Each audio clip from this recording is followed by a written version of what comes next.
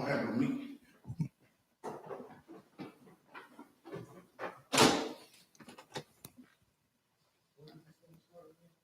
Six.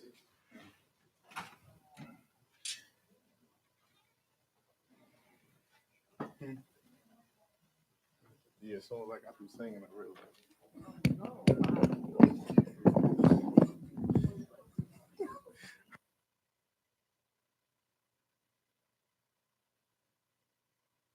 I was singing the girl part.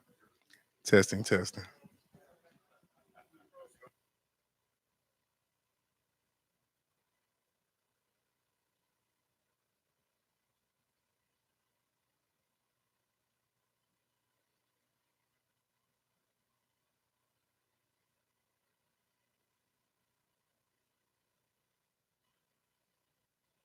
Yes, yes.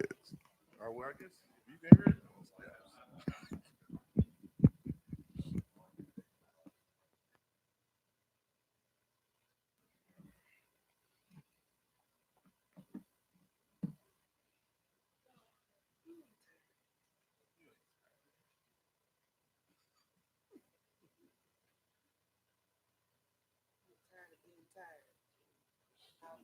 Testing, testing.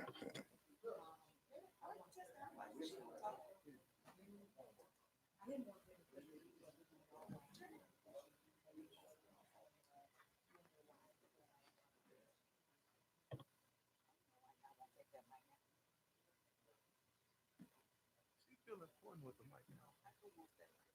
Who?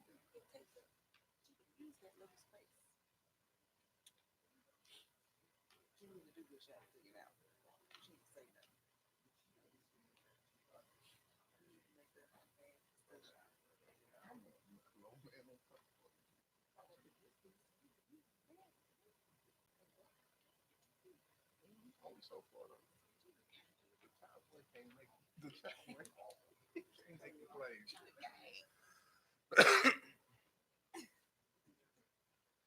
Water boy. I was the top boy, so I moved up to water boy, but still can't make the play. I want to tell you to do something. Huh? Yeah, whatever he left, whatever plays he left, I gotta go by him until he come back. That's what's wrong. That's what's wrong with the boy. He think he's the boss. You gotta get him some money. You gotta get him money. I'll be the coach. And I don't even want the whole 100% shit, 80%. I know, you know,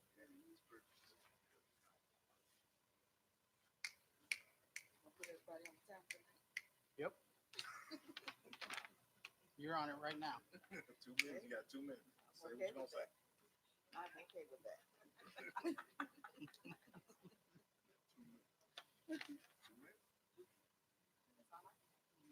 Yeah, we can do that much time. Yeah, you know, we probably forgot to figure out how to make that clock look like it says 3 minutes on the timer, but it's really like a minute 37.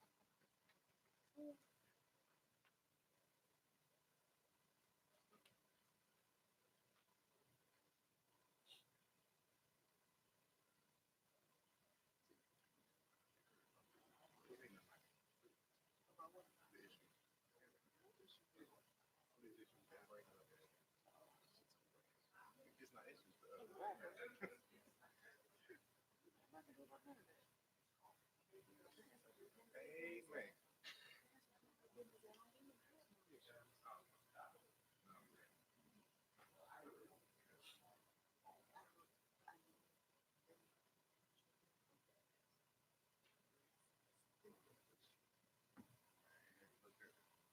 Amen. It may seem stupid.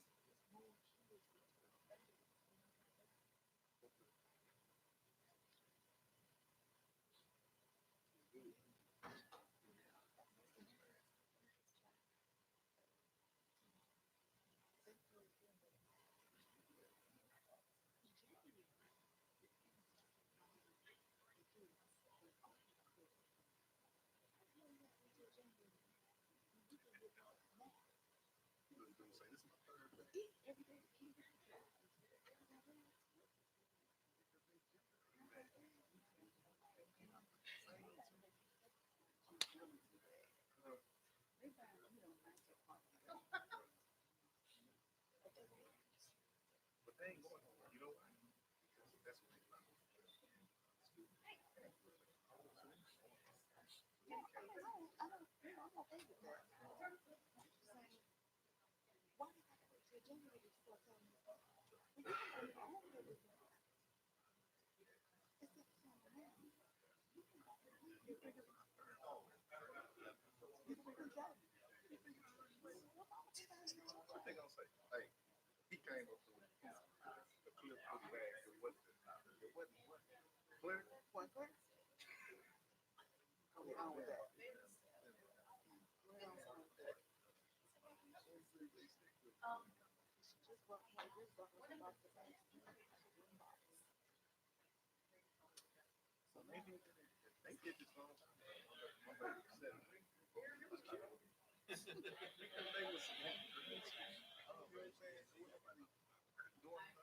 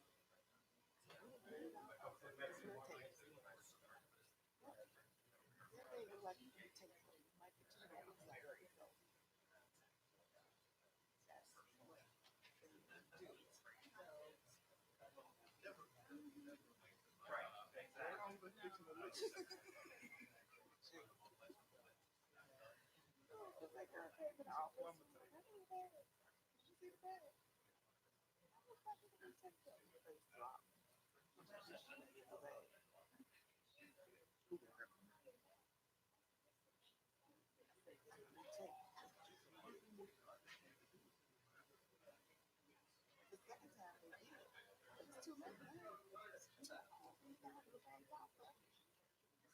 repeated.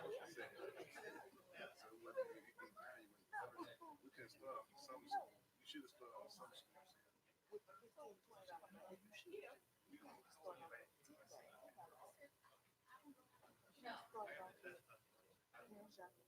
by your bag. If not, they will give you cheap bag. You look like a kid with a bag, so what? When they come to school with that bag, what you gonna do? And the teacher had to know to take somebody very well. You're back there saying, it was her fault. They looked for the part. And she got to feel that something. Because we didn't have the bag. The district won't pay for it. It's a mess.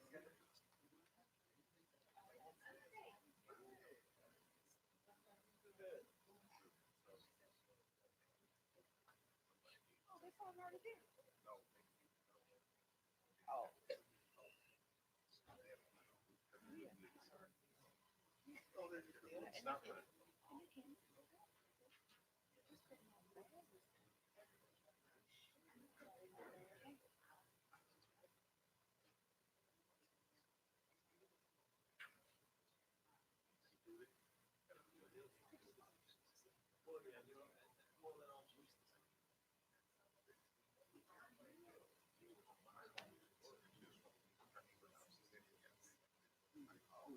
Just as you were good.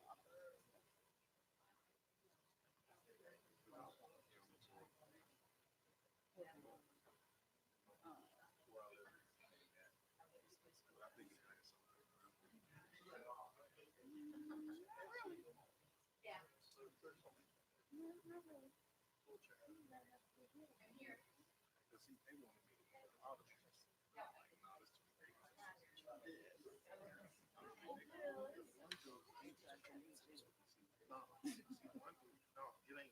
Super J. They one dude was in there. He was cooking. But everybody else, you get in there. But come on, people are doing it.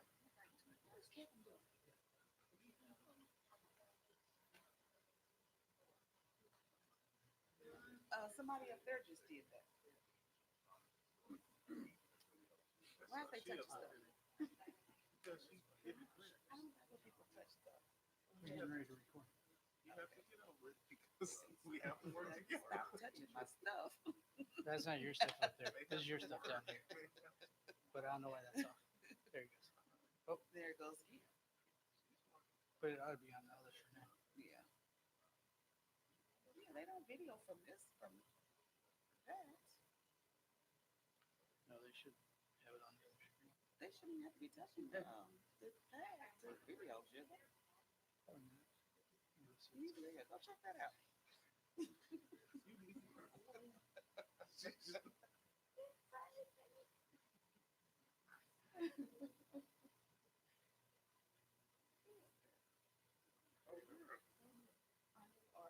Charlie. Yes. You know, two of us. The young lady. They're both short. I don't know about no kids. It's two of them. Oh, it's Oh, yeah. Jesus is down to take pictures. One of them always takes pictures.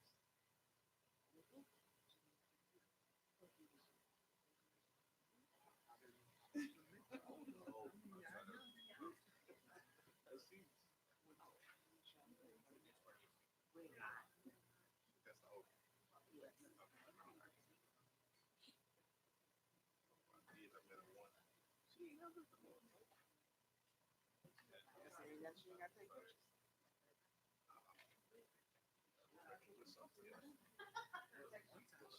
pictures. Yeah, that's okay. They go through it.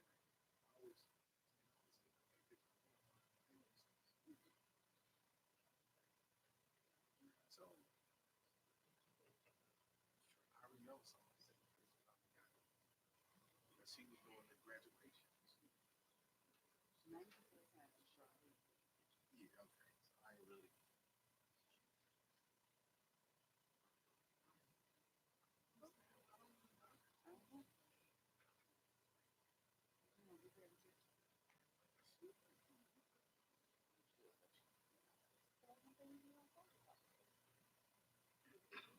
Everybody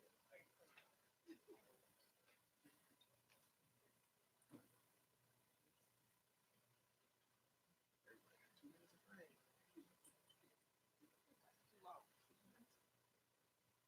Drop the mic. Music is much treatment.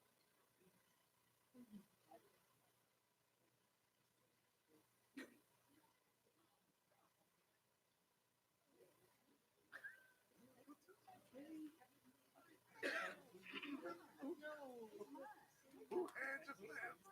Who leave?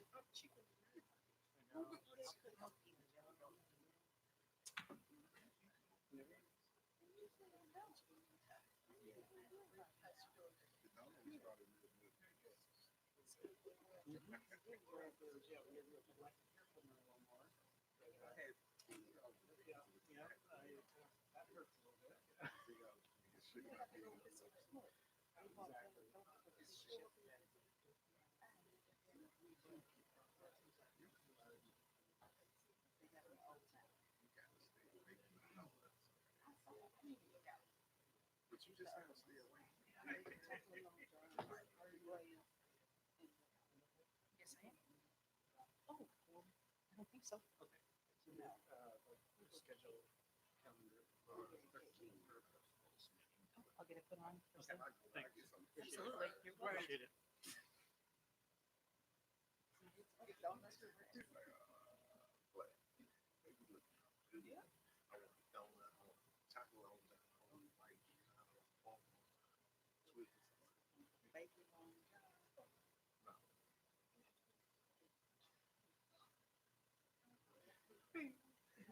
we think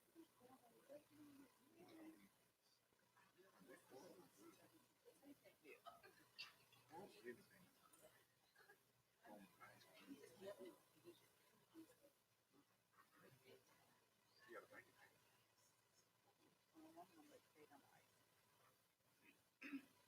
I look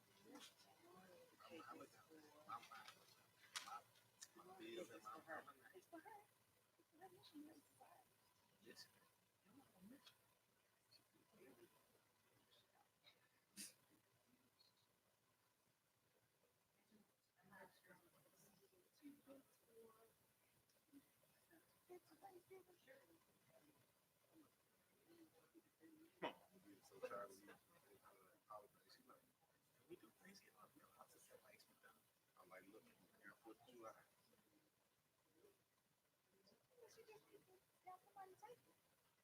What?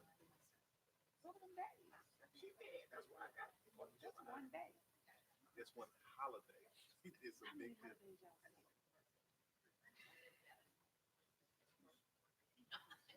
Thanksgiving, Memorial Day,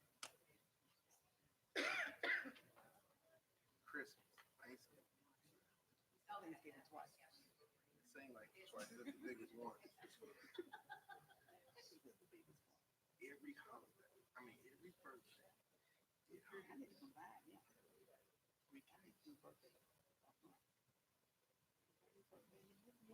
But it's only two people. No, that won't be part of me on the month. Because it's only two of us. It's only one cousin. We can live. The family can live on the list. Because ain't nobody else in mind. My mom was in October. I'm in November. She is in.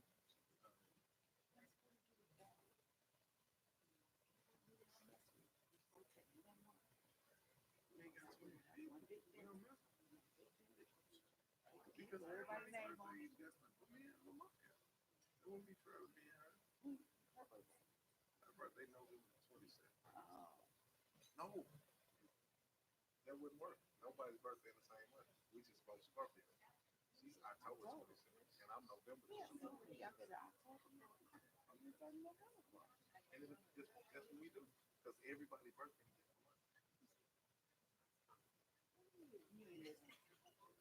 Yes, I am. You said you got two birthdays in the same month combined. Ain't nobody's birthday in the same month.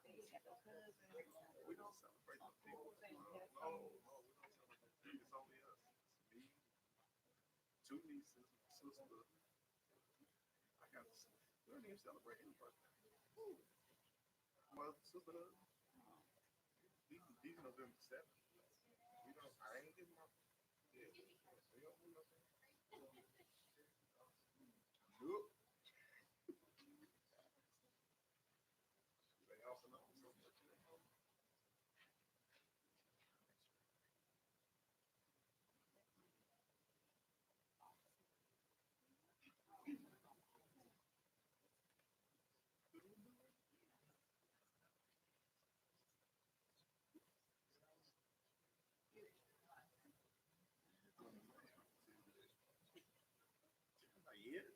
Yeah, yeah, he's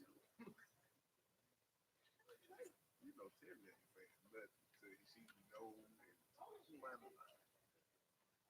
And old boy, mom, wonder,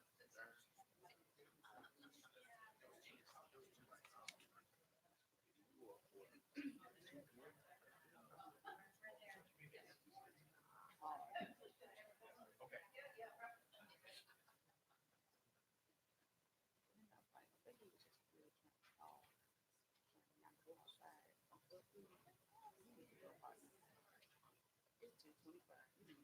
You be up here? So they so mom, rather.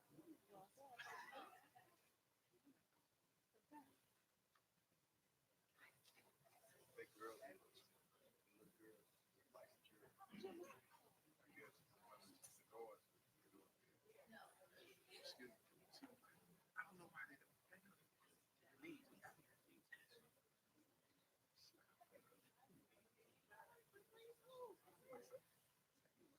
I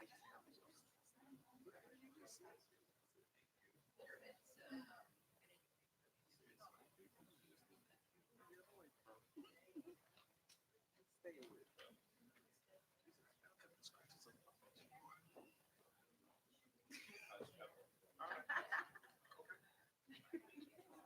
What you been doing?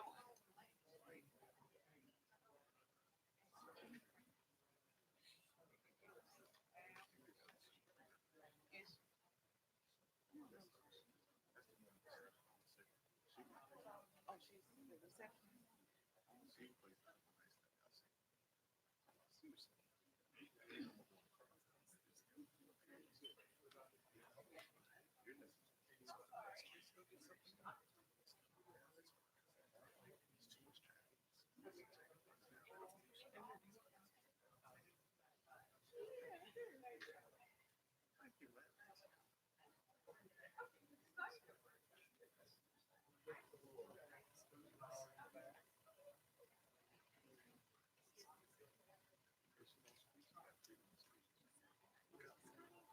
I don't know if I want to talk to Adrian Blaine. I heard she was in last night. Did you hear that? That's what I heard, man. Except for word.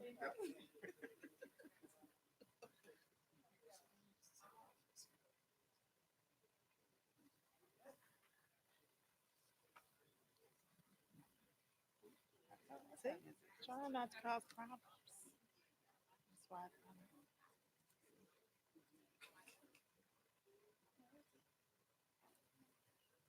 I added it to the.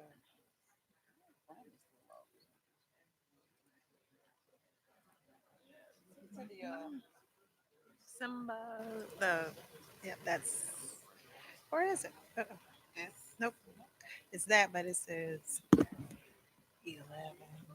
There it is. Okay, just to make sure it is it.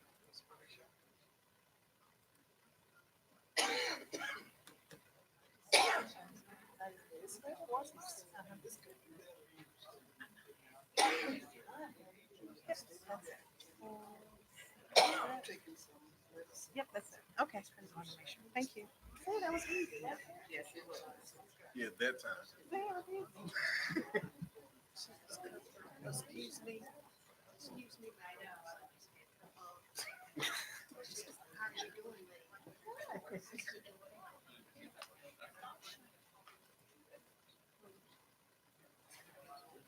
I'm sorry to keep you up. I catch you before you kept on doing something.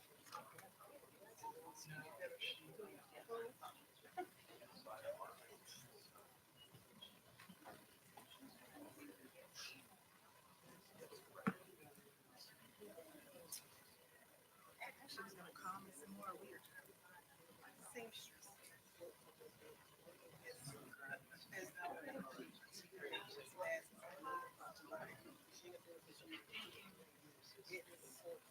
I know. It's just a little dress that she might make herself. I didn't know she. I asked her the other day. She like, she has two weddings. Yeah. We're seeing it at the season too. I thought it was easy. Nah, I just ain't got no patience. That's why I couldn't be IT. I said me. No, me. When it comes to IT, you gotta have patience. Yeah, I ain't got none of that. I'll be like, what you load up this month? Then you gotta, then if it don't load, you gotta load again because you know the Wi-Fi there. You gotta try to load again. Then like, I was at Berkeley South and my Wi-Fi wouldn't connect. She was like, I helped. I said, you know what? I don't even want to do it. I went to a computer. I didn't want. I just wait on her to try. She good. I ain't saying she good. I just didn't have the patience on the computer. Yeah, so you forgot. Sometimes, You forgot you left it on. yeah.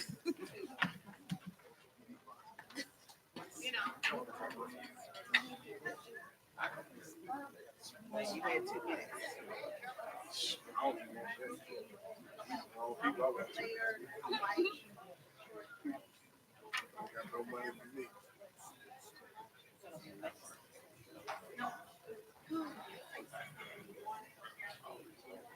Like, don't come in.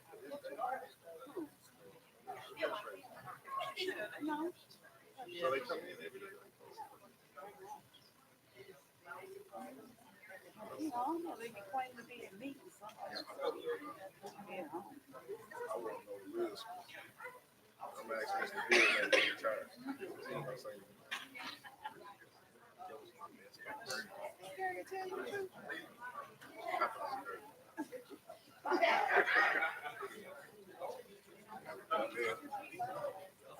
She told me, you want to do it? No, she was like, all right, come on when you get back. This ain't much. This ain't great.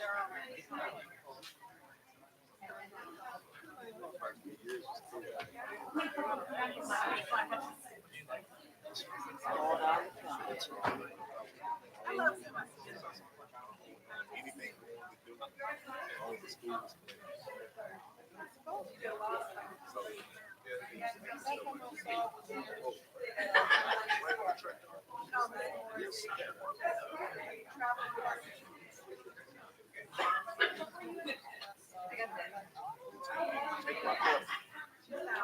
want to go skirt?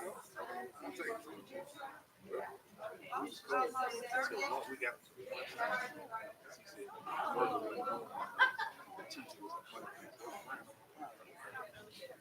sorry, we gotta go ahead to here. My people. It is good.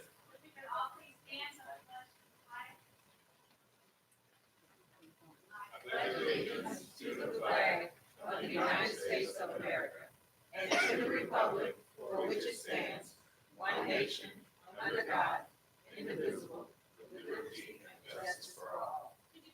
Amen. I would like to have a moment of silence for Mildred Winters. She was the leader of our early ed program and founder of it, Almost Good Things. So I would like to silence.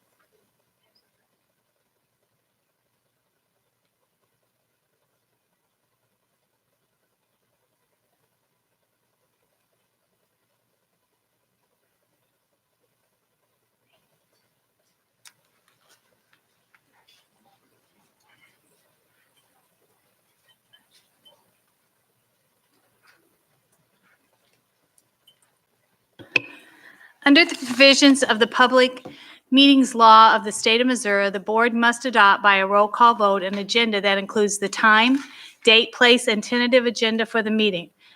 A copy of the notice and agenda for this meeting was posted on Tuesday, November 5th, 2019, at the Administration Center, 8855 Dunn Road, Hazelwood, Missouri.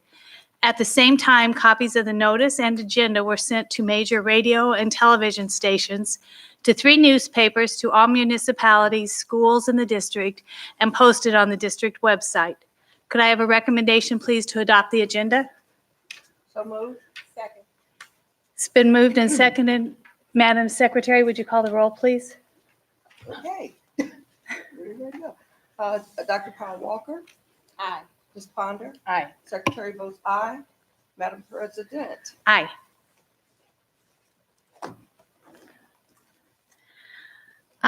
Ferguson Florissant Shared Image of Success.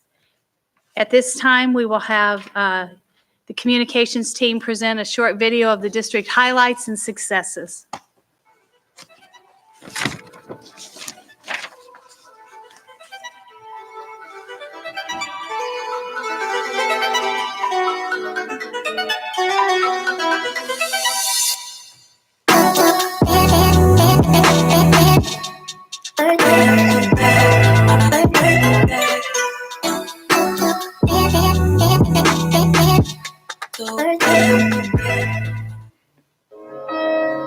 Halls Ferry Intermediate School students spent their Halloween learning about various careers during the school's career fair. Individuals from various blue and white collar occupations were on site speaking with the students about their respective careers. Companies represented included Pepsi, Ameren, the National Geospatial Intelligence Agency, Paparazzi Photography, the Florissant Valley Fire Department, and the Believe Project, among others. Various entrepreneurs were on hand as well to speak with the students about starting and owning their own business. ELA teacher Melinda Call at Johnson Wabash had the opportunity to join a Korean War veteran on the annual Greater St. Louis Honor Flight. Mrs. Call was the flight guardian for Frank, who was a tank commander during the Korean War. Honoring veterans is the mission of Greater St. Louis Honor Flight, where mostly senior veterans experience a day of celebration with a trip to Washington, D.C. to visit the World War II memorial that was built to honor the service and sacrifice. ELA and JW students created cards, signs, and letters of thanks and appreciation for their service for Frank and the other 22 World War II, Korean, and Vietnam vets who attended this special trip. Congratulations to the boys swim team at the STEAM Academy at McClure South Berkeley High School for placing in second during the Suburban Conference. STEAM competed against neighboring school districts including Rittner, Hazelwood, and Acton. Special interviews were held at the Innovation School at Cool Valley on October 30th. These weren't your typical interviews. Based on their interests, students had a chance to meet with district administration staff and representatives from other brands and organizations to interview them about their experience in the work that they do to see if the companies will be a good fit for them. Later in the semester, students will be scheduled to shadow the fields that they're interested in, and we'll schedule more formal interviews with organizations and companies for the actual internship.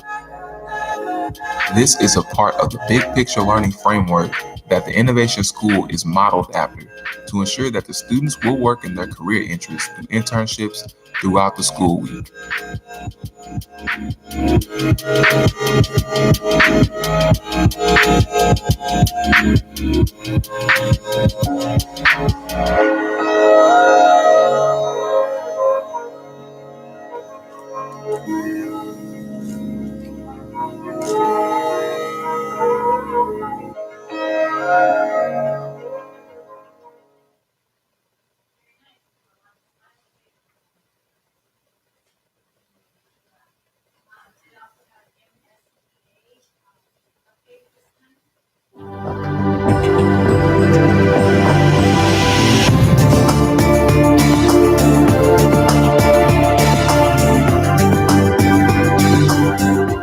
Hello, everyone, and welcome to the Missouri School Boards Association's board report for the month of November.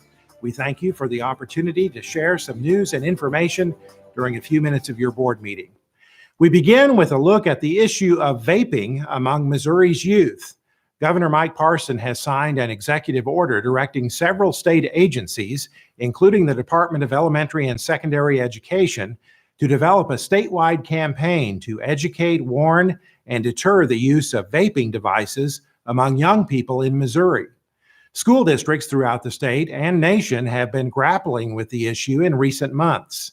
Some have even joined a lawsuit against electronic cigarette companies that target young people because of the health risks associated with vaping. The state supervisor for alcohol and tobacco control in the State Department of Public Safety, Dorothy Taylor, says her agency is committed to preventing illegal sales to minors. ATC will continue to support local coalitions to address the vaping epidemic, as well as meet with and provide training material to help law enforcement agencies understand the statutes related to vaping and tobacco, as well as alcohol. In addition, ATC agents plan to meet with school resource officers to offer our assistance and resources regarding vape-related matters. We are committed to continuing all these efforts and to working on education efforts aimed at retailers who sell these products. The name of the state campaign is Clear the Air, the Risk of Youth Vaping. MSBA and the Missouri PTA will be part of the effort to inform school board members, administrators, and parents about efforts to prevent young people from vaping. The State Board of Education has decided to accept new comments about the proposed 6th version of the Missouri School Improvement Program. MSIP began in 1990 and is the state's school accountability system for reviewing and accrediting public school districts in Missouri. Nearly 1,500 comments were submitted on MSIP 6 during the initial comment period in August, and resulted in several revisions to the standards and indicators being proposed in the new version. Commissioner of Education Margie Van Dieven says the philosophy behind the Missouri School Improvement Program has changed over the years. In the early days where it was counting books and counting resources and counting seats, and then it sort of progressed to maybe we should look at a little bit of the quality of that, and then it progressed to people saying, you know what, if our kids are achieving, why do you care how we do our business at the local level? We're a local control state. Let's just look at student output. So that's where we ended up in 4th and in MSIP 5, where it became solely on performance. The pendulum is starting to swing back, where people are saying, it does matter how we do our business. It does matter about some of the inputs. So let's look at both. And that's where we're heading in MSIP 6. It is not yet resolved. Van Dieven made her comments during a panel discussion at the recent MSBA annual conference. The new comment period for the MSIP 6 standards and indicators will run from December 16th through January 15th. You can submit your comments via the Department of Elementary and Secondary Education's website. As you may know, state law now requires all school board members not only to receive training in their first year of service, but also 1 hour of refresher training for every subsequent year of board service. The training must include concepts covered in the initial training, plus the prevention of sexual abuse of children. There are 2 ways to comply with the new refresher requirements. A 3-hour in-person session will satisfy the requirement for 3 years if there's no break in service. A 1-hour online session will satisfy the requirement for 1 year. Visit the MSBA website for dates and locations for the in-person refresher training, as well as information on the online session. Filing for school board seats up for election in April opens on December 17th in most school districts in the state. MSBA will have free resources available to school board candidates posted on the MSBA website, including a candidate's guide to running for the school board and information on the roles and responsibilities of school boards. Filing for school board seats closes on January 21st. That's it for this month's edition of the MSBA Board Report. Thanks for allowing us to have some time at your board meeting, and so long from Columbia.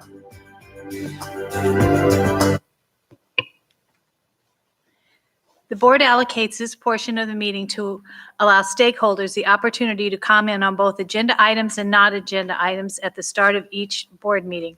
Prior to the public comment period, participants are asked to fill out a comment card with their name, address, phone number, email address, and topic of the address, and will be allowed up to 3 minutes to speak. Members of the audience who wish to speak to the board are requested to speak from the podium, identify themselves in keeping with the district policies 4054 and 4059, and personnel law should refrain from making negative comments that are personally identifiable. While the board will not directly respond to speakers during the public comment period, the board president may make clarifying remarks at the end of the comment session to correct any misstatements of facts.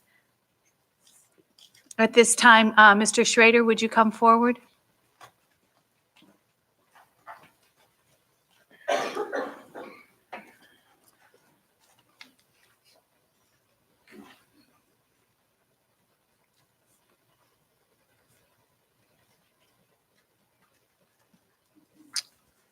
Good evening. My name is Paul Schrader. I'm a retired teacher and retired school board member.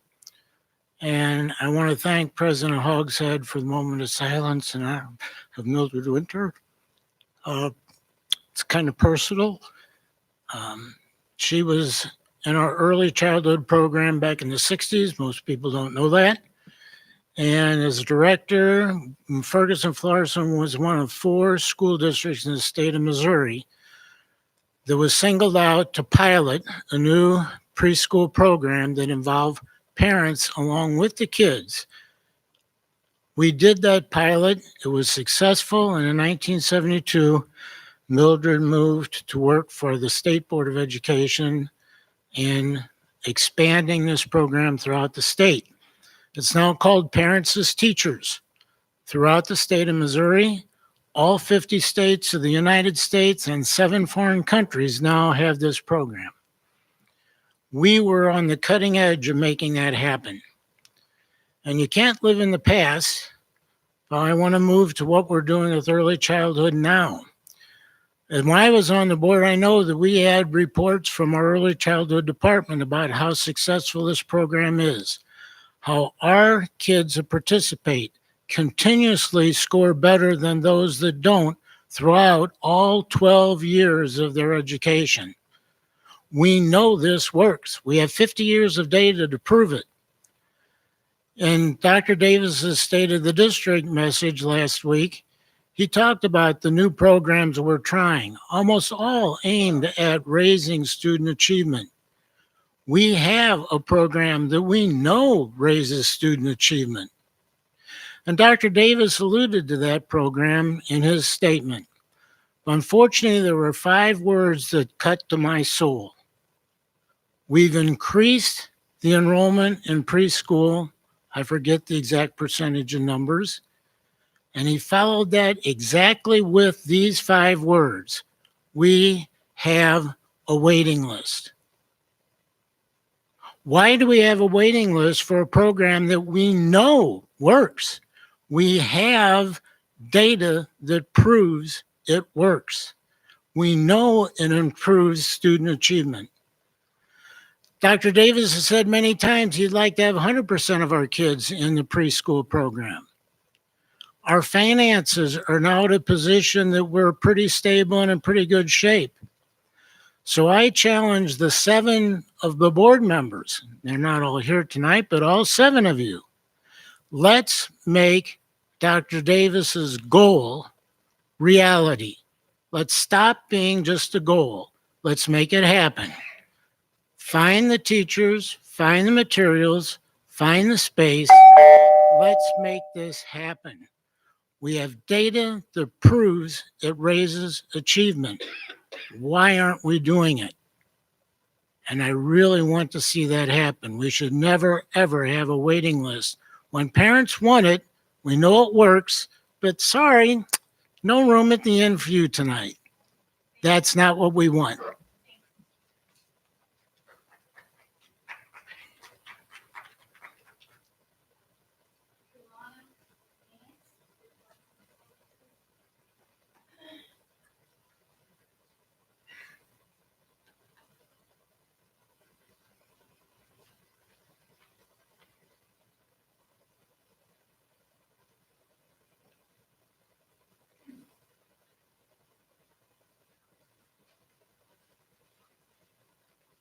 Good evening. One of my questions have already been addressed, but to my other question, I wanted to know if it would be a possibility when other parents come up and ask questions and then you meet with them after the meeting, is it possible to get the answer to the question for everybody? Because sometimes I'd like to know the answer too. Thank you.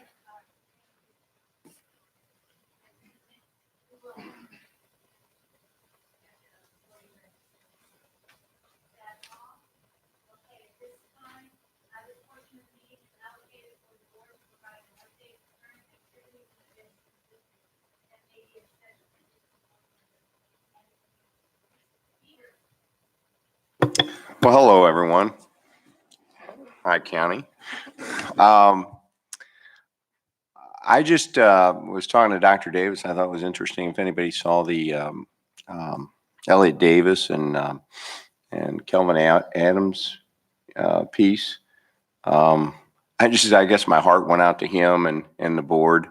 He was going through the historic high schools that they have in St. Louis Public Schools, and like I just remember he was talking about Beaumont, which my deceased dad graduated from, and it having the capacity of 1,700 students, and I thought he said there was something like 200 to 300 in there now.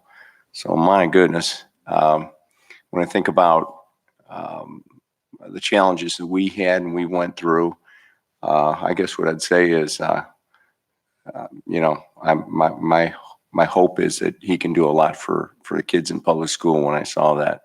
So other than that, I guess what I'd say is we're really, I'm getting shall we say, I shared this with Dr. Davis also, some really good comments about the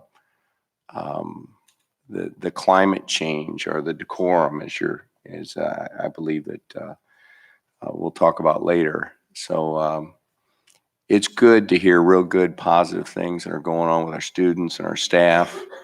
And as we go forward, I agree with what Paul Schrader said also. I've often even wanted to expand that to summer school, to where we could just, any parent that wanted, even if their kid didn't meet the requirement, the child didn't meet the requirement. So, we've got some work to do, but I think we're doing some positive things. So, thank you.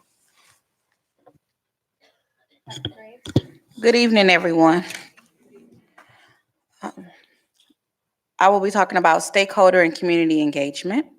The Equity Committee continues to meet. We have been reviewing the Forward Through Ferguson report and seeking ways that the district can address those items related to our students.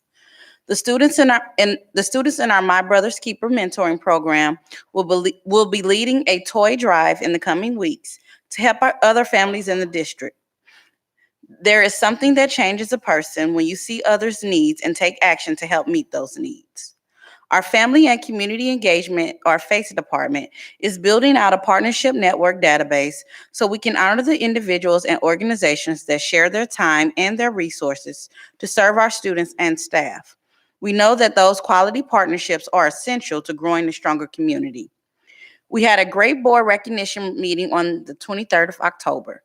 It was good to celebrate the accomplishments of our students and staff, and we're looking to celebrating even more students at our next recognition meeting on January 22nd. Again, I'd like to remind you to add the district mobile app to your phone. There's a lot to talk about that is being like bad weather on the app. It is the best way to get those notifications about the bad weather, but also the other notifications about important information regarding our schools. So if you have it, if you have it on your phone, anybody have it on your phone? Let's see. All right. If you need help finding it, we have Kevin in the back. He can show you exactly how to upload it, download it, so you can make sure you have access to that. So there's just some ways that the Ferguson-Florissant School District is connecting with our stakeholders. So I do apologize last month for missing the board meeting. I try not to do that, but for religious reasons, I was not in attendance last month. With that being said, I did miss talking about my experience at the CUBE conference. I first want to thank everyone in this room for allowing me to represent you all in Miami. It was a wonderful, wonderful experience. I know Dr. Davis and Dr. Sheila Paul Walker talked a lot about that, so I don't want to go into much details, but I do want to say that the experience was phenomenal and it was a very, very rewarding experience. Two things that I want to be able to bring back and want to implement and kind of share with you. One of the trainings that I did go to was about operationalizing the dream. And it talked about urban districts and their equity journey. And it talked about from their vision of creating equity in their school and then practical implementation. And in that, it talked about creating school-based equity teams, and it talked about how having multi-year professional development, cultural competence, and just culturally responsive teachings. And part of our equity team work will be looking at some of these steps and how can we make that a part of our district. And one of the most important things it talked about is including students and the student voice. And one thing that we experienced while we were down there, we had the opportunity to see a student panel, and it was a panel of girls that were speaking. And I would like to be able to host a student panel here of our girls. And I know it's going to take some work to get this together, but the theme of it will really look at the discipline that our female students are experiencing, because the high rates of discipline in Black and brown girls is something that's big in our population, and I really want to take a look at it and hear from their own words how it's affecting them. So it'll be something to look forward to. So stay tuned. Paulette Thurman. Hello, everyone. And I'm really jealous because I missed that conference because on the night before I was in the hospital. Okay, this chair, I'm trying to move this chair up. Thank you, I appreciate that. So, and also Paul, thank you for your report. I am an early childhood advocate, and I agree with you. And I would like for us not to have anyone on the waiting list. So we're gonna work on that for sure. I'm gonna talk about decorum, and I wanna thank Gary Beals for the report. Our PBIS team went to the National PBIS Forum in Chicago. The district had 25 members participate in the sessions, and the process that they are going through is one that's across the country. Overall, the sessions were very informative, extremely thought-provoking. A few things that stood out were relationships are key. Number one, relationships are key to any successful program or organization. How we engage families will determine how children respond to teachers and administrators. Absolutely. Schools that adopt the PBIS model must invest the time, the resources, human power in order to reap the benefits of the program. All the sessions help draw the conclusion that the relationship between staff and families need to be transactional and mutually beneficial for both parties. True PBIS training requires a lot of trust from both sides, but is absolutely attainable. The session also stressed the importance of having outside building relationships with students and families. Being an active member in the community that we serve is priceless, and it will legitimize the work that we do here in our school district. The final key component to the session was that student achievement is closely based on culture and climate, the culture and climate in the building. The setting for the positive and inviting culture is top down. Administrators are the trendsetters. Administrators are the trendsetters. And I say that over and over again because I want you to get that for the appropriate culture and climate of schools, and in order for schools to be successful. Also, here are our numbers for our district referral data. Right now, we have 3,789 referrals. This is 964 fewer referrals than last year at this time. Good news. Top infractions for these referrals at secondary level include skipping class, tardiness, class disruption, refusing to comply to staff directions, and defiance. Again, we look at these numbers and it's very important for us, and we all know that decorum is good behavior is essential to having a positive atmosphere for learning. So we want to continue to look at decorum in our school district and continue to improve these numbers. Thank you so much. Thank you, Dr. Thurman. Dr. Walker. Good evening. I'll talk with you about accreditation and achievement. District and administrative staff participated in a design meeting to develop a framework for personalized education plans. Personalized education plans are individualized, flexible, student-driven plans written to provide students support in setting goals for college career readiness, personal, social, emotional, and academic growth. The next design team meeting will be held in mid-November.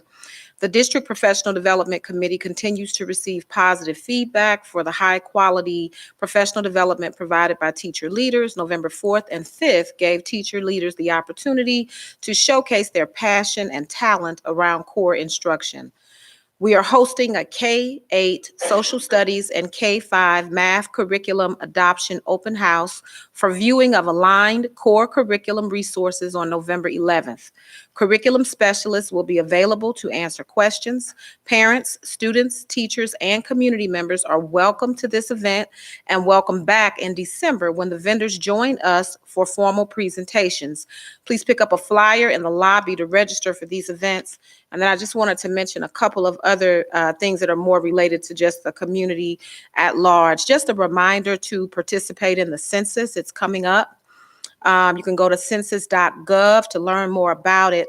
There are some employment opportunities out there that people might be interested in.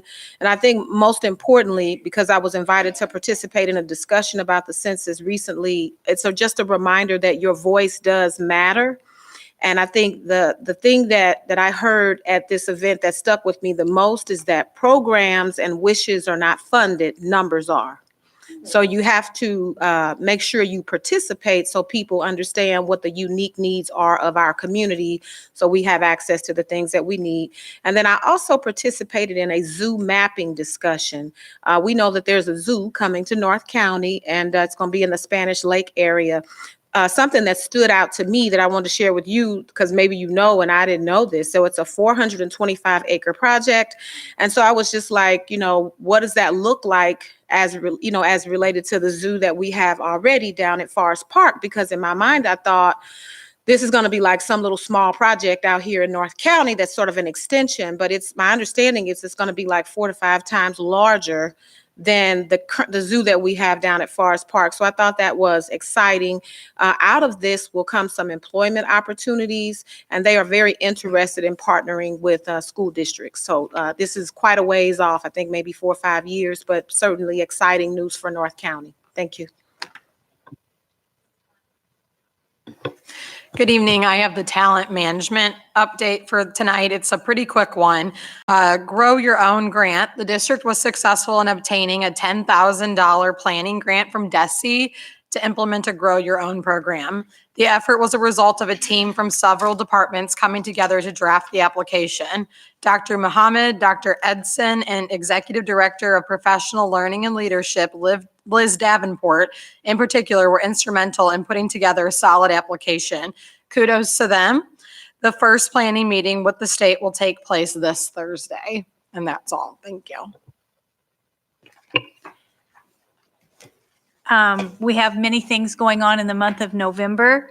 November has National Education Week, and I can remember as a child, and I guess that's why it sticks with me so, is there was a big deal because at that time the superintendent always came through our schools, and we did different things with our bulletin boards to show our parents, because we invited all of our parents to come in during the week. So please, let's get excited for National Education Week.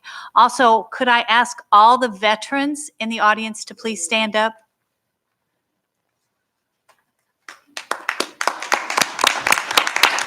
Please remain standing. Remain standing. I would, on behalf of the board, I would like to thank you for your service. Do we have any Vietnam veterans? Awesome. Okay, Yes. Thank you.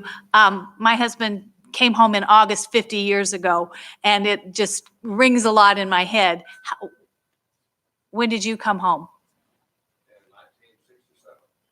So thank you for your service. Thank you everybody for your service. But a week ago, we had the State of the District, and it was very well attended and it was very successful. I thank all of you for coming. I thank Dr. Davis for the participation and making sure that we had a good address. And I would like to leave you with, have a very blessed Thanksgiving. Think of all of our blessings and just enjoy your family. NEA, would you like to speak at this time?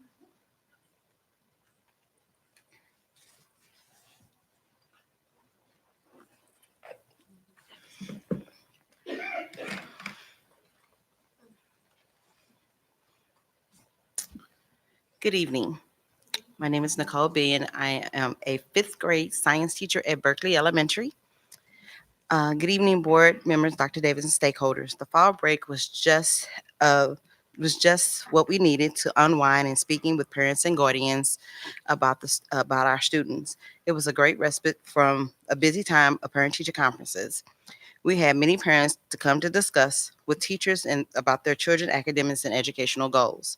It is our hope that the board and administration recognize the staff dedication to our students, parents, and our other staff and administration. In addition to receiving professional development, the past couple of days have allowed the staff to have some time to catch up with planning, assessing, and PLCs with our teams. This was also welcome. The opportunity to do this work sometimes get pushed aside by other requirements and meetings. As we move forward together, the FFNEA continues to look forward to a strong relationship with the board, Dr. Davis, and the district administration and staff. Thank you.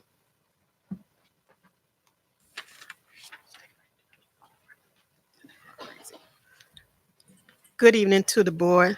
Welcome back, Dr. Thurman. My name is Phyllis Hayden, a technology specialist, a member of the FFNEA Executive Board, and a proud educational support profession. Educational support profession are key players on the education team that prepares Ferguson Florissant students for their future. Without us, kids won't get that extra help, attention, the bells won't ring, the buses won't run, the budget wouldn't get finalized, the phones wouldn't get answered or repaired, nutritional meals wouldn't be served, classrooms wouldn't be safe and clean, and technology devices wouldn't be served. A warm hello and a friendly smile welcomes the students to the start of their day. An ESP is usually the first person the students see every morning and the last person before heading home for the day. There's a very important celebration coming up, November the 18th through November the 22nd, 2019. Across the country, schools will celebrate excellence in education during American Education Week. And as I close, please remember the many unsung ESP heroes by celebrating the Ferguson Florissant ESP staff on Wednesday, November the 20th, 2019, on National ESP Day. Thank you and have a great evening.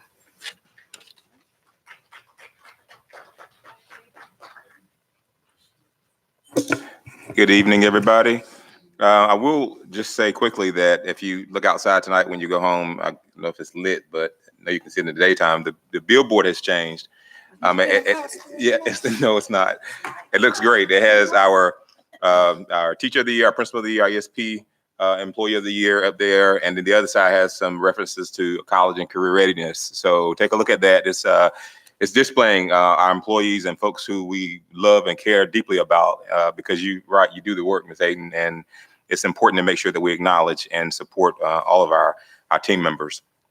I do want to also just acknowledge Mildred Winter. I had a personal experience actually with her. I sat in her living room with her, and I like to say I sat at her feet because she was full of wisdom. And we had the international conference here the second week in October, and I had an opportunity to go the week that she passed. And so they honored her, of course, and it was well attended from folks all across the globe were there. But she was a trailblazer. Governor Senator Kit Bond was there as well. I have some personal pictures with him and just the folks who have made that opportunity available. And it was right here in Ferguson Florissant. And so we have some jewels in our community, and I am grateful to be a part of this work. I sit in this seat, but I'm a teacher at heart, and it's about the work that we do as educators. So I just wanted to acknowledge that, and we're going to continue to work hard, looking at funding, not just from the board's perspective, but also from the state, always advocating for that 4% that we now get. If we can get more, that would help also, so that the burden is shared among not only the local dollars, but also our state dollars. So we absolutely have that goal, and we'll continue to work hard. The board has been, I think that's been a priority, which is the reason that we did some of the restructuring work with pre-K included in the second grade schools, because early education to the board and myself is a priority. So thank you for those words, Mr. Schrader. Quickly, I wanted to just acknowledge again our relationship with Boeing. GJ was with us from Boeing last week when we had the State of the District. And I want to say this slowly and clearly. So Boeing has a huge contract that they have signed off on with the Air Force. And those 300 planes will be built in our community. That's a $9 billion investment in our community over the next 15, 20, 30 years. That's huge. And it's huge because those are job opportunities, not only for our students, but also for their families, for their parents. And so we're going to be meeting with the HR department at Boeing. They're going to come here and we're going to make it happen. We're going to figure out how to advertise. We're actually applying for a grant so we can build out a plan to educate our students, our community on what these opportunities look like. I'll end by saying that, we want the parents and the students who are graduating to get those jobs that live in North County. So those dollars can come in North County and we can recycle those dollars in our own community. That's how we're going to build economics in our community. And I'm talking about assembly jobs that many of us in this room right now who went there a couple of weeks ago and toured it ourselves, starting $19 an hour. That's $40,000 job, y'all. That's a lot. That's huge for our community. And all you have to have is a high school diploma, and you have to go through and pass a 5-week training course. That's pretty strenuous. But if you can pass the test and pass the class, and certainly go through the checks, then you are able to get starting a $19 an hour job. Every 6 months, they give you a 50-cent increase if you continue and are good, a great employee. And after a year, they will pay for you to go to college to get your bachelor's degree and a master's degree at the cost of Boeing. So no debt at the other end is what I'm getting at as well. That's huge. So I just want to say that as we continue to build this out, this is what we have to do in our community. And it's not just for FERC Fluor, it's for North County, period, the whole region. But we want FERC Fluor to be at the forefront of that, which is why we're building that partnership. So I just wanted to underscore that. I also want to take an opportunity to recognize Dr. McLean. He stood up a minute ago as a veteran, but he's also one of our partners who's been working with our schools around organizational health. They've been deeply diving into that. So Dr. McLean, just stand again. I want to give him a round of applause for the work he's doing with our team. When I talk about Leon, I always think about, it's kind of funny because when you get this data, that data is powerful because it's a clear indicator of how people are feeling about our school, their jobs, what's going on in the spaces they're in. It's almost like a crystal ball, if you will, that gives you a good sense of how folks think about the workplace. And that's important. Morale is important. Goal focus is important. Adaptation is important. So how do we increase those metrics so that people feel really good about the work they do in the place they're doing it in? And so this tool has been amazing for us, and I'm super excited about it. A couple of other quick things. We're going to be having a retreat coming up in December, specifically looking at our strategic plan. The board has charged me with looking at our strategic plan and revising some of that work. And I can tell you that there will be a strong equity theme throughout that I bring to the board as a recommendation, and then they'll give me direction on which way to go. I will say that, in this process, though, stakeholders will be involved. We always, just like the graduate profile, it took us about 2 years. It won't take this long to do that unless, it warrants it.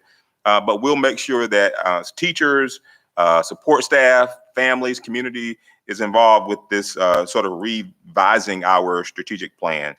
I'll end by saying that, today we met. Every Wednesday we meet, looking at decorum. That is a priority the board has placed on me in my evaluation, and I take very seriously, but I also believe strongly in. And I've had many conversations with principals, assistant principals, leaders in our schools, talking specifically about the importance of safe schools. And I cannot stress enough how important that is. We had the press conference right here. We're thinking strongly about supports that we put in place to help our students, but we want to make sure that we make safety a priority in not only our schools, but our community. And so I think we are going in the right direction, but we have so much more to do, and it can only be done as a team. I can't by myself. I'm, inadequate to do it alone. I need everybody. We need each other to continue making our schools safer so that our students get educated well. Finally, I say this often, that the best economic developer is education. And as we improve our schools, we want people to choose FERC Fluor first as an option when they think about educating their children. Thank you for that. I wish everybody, we'll be back, I think, on the 20th, but if I don't get to see you, happy Thanksgiving and eat all the turkey you can. So I'd like to add on to your Yes, sir. Boeing thing Yes, sir. as quick as I can. I don't know how many of you have met my son, Jared. He was diagnosed in 6th grade with a rare form of autism. So as a parent, as you go forward, there's many challenges, and you just kind of, well, wonder what the future looks like. I don't know how many in the room know of a person named Max Starkloff. Well, he had an auto accident in the 1950s and dedicated his whole life to helping disabled people. Well, that also has branched out, and we just were made aware of this program that was founded by him, I guess, through his organizations. I believe he's passed away now, called Dream Big.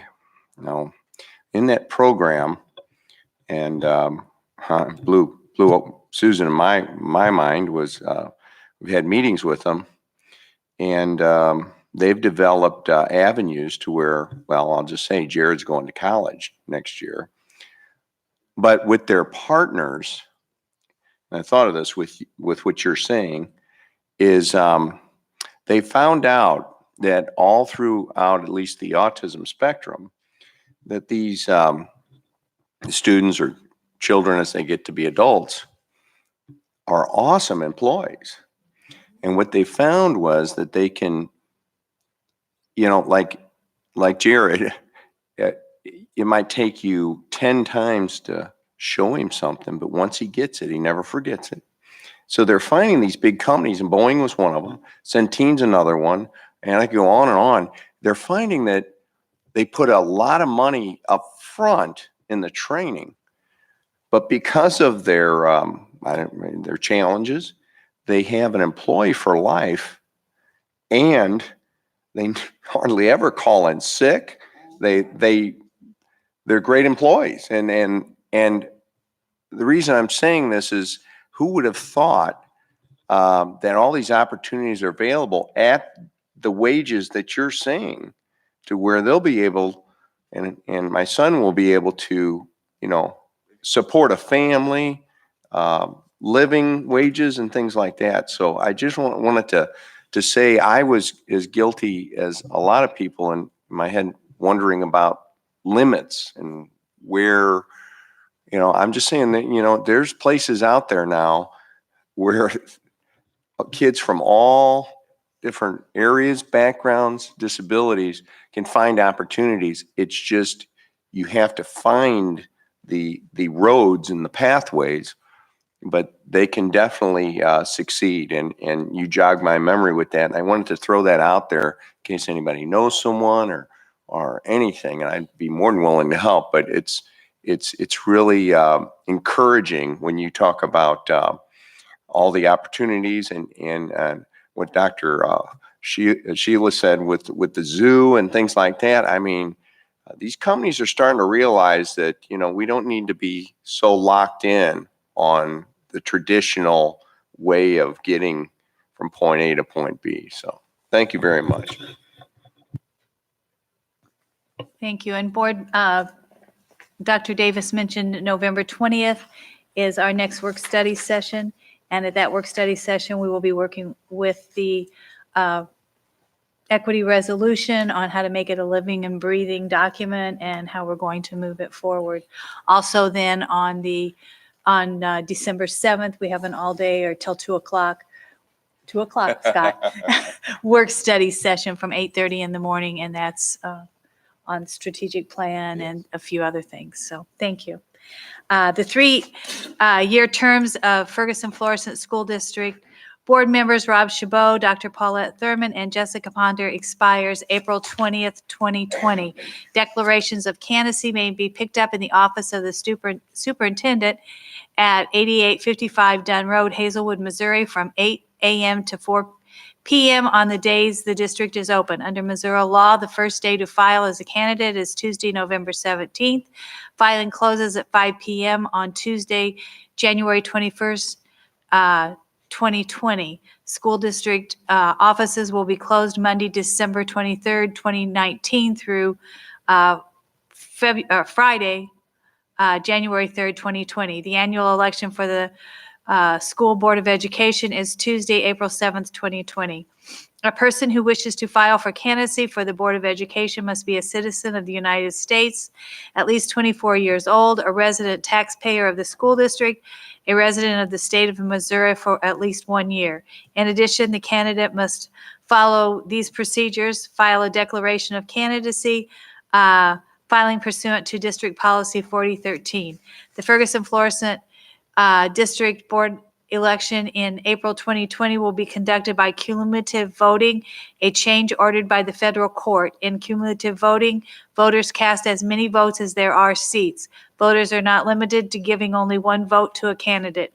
Instead, they can give their votes to one or more candidates. For instance, in this election, the 3 open board seats, voters could choose to give 1 vote each to 3 candidates, 1 vote to 1 candidate and 2 votes to another, or 3 votes to a single candidate. The consent agenda. At this time, Madam Secretary, would you please read the disbursements? Yes, for payroll, teacher and non-teacher, $8,218,896.40. Operational disbursements, $2,306,485.30, with a total of $10,525,281.70. Do I have a motion to accept the?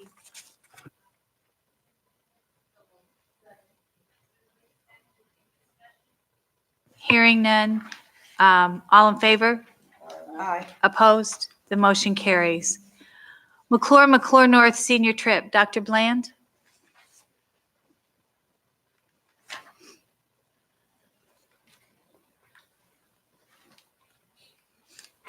Good evening. Good evening. I'm going to ask that the, here they are, the McClure and McClure North team come up at this time also, the principals and assistant principals. All right. So McClure and McClure North would like to celebrate seniors' completion of high school by participating in a senior trip to Orlando, Florida. Students will travel in a chartered motor coach arranged by Memorable Sports, March 22nd through 26, 2020, leaving on the evening of the 22nd. The itinerary includes Universal Studios and volcano-themed water park. A minimum of 100 seniors who meet the AAA criterion or may attend. The AAA criterion requires 90% attendance, good academic and behavioral standings. Parents and students will also be required to attend a parent meeting. Ferguson-Florissant School District employee chaperones will also attend the trip.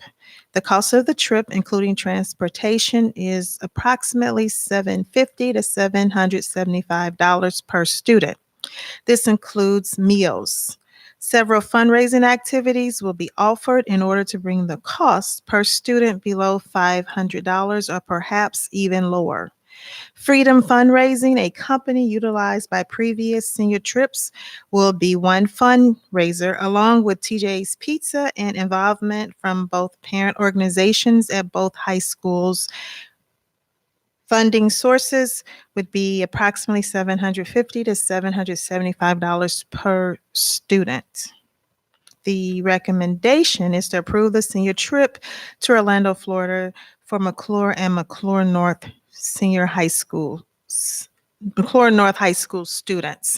I'm going to ask at this time the senior principals who have courageously pleaded to have this opportunity for their seniors to come up, Mr. Emmerich and Dr. Harris, to come up at this time and share more information. It's actually, I will intervene quickly and say it's actually Dr. Emmerich. He has defended his dissertation successfully, so congratulations. A couple of weeks ago. Excuse me, Dr. Emmerich. I didn't know you didn't tell me that. Graduation's on the 7th. Okay. Okay, good evening. So Mr. Gerald's passing out folders there that have the information that I'm going to cover, which is also on this slideshow, but you have a copy of the slideshow in there as well.